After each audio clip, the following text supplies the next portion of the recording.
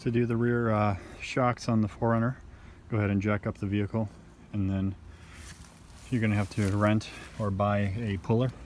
These don't work for this situation, or at least for me it didn't, because the edges here are too short and they keep slipping off.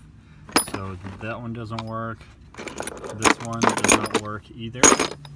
So I had to get one of these big ones, and the big one, as you can see right there, has enough room there on that tooth on that side and on the other side here, that it has a nice grip, and all you do is you just turn it slowly, and hopefully this will come off.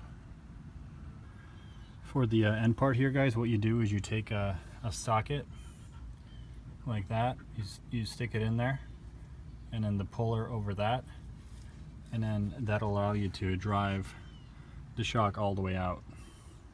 I don't know why it's in there so hard, but that bolt is not long enough. Alright guys, so the only thing that worked is a 13mm socket like this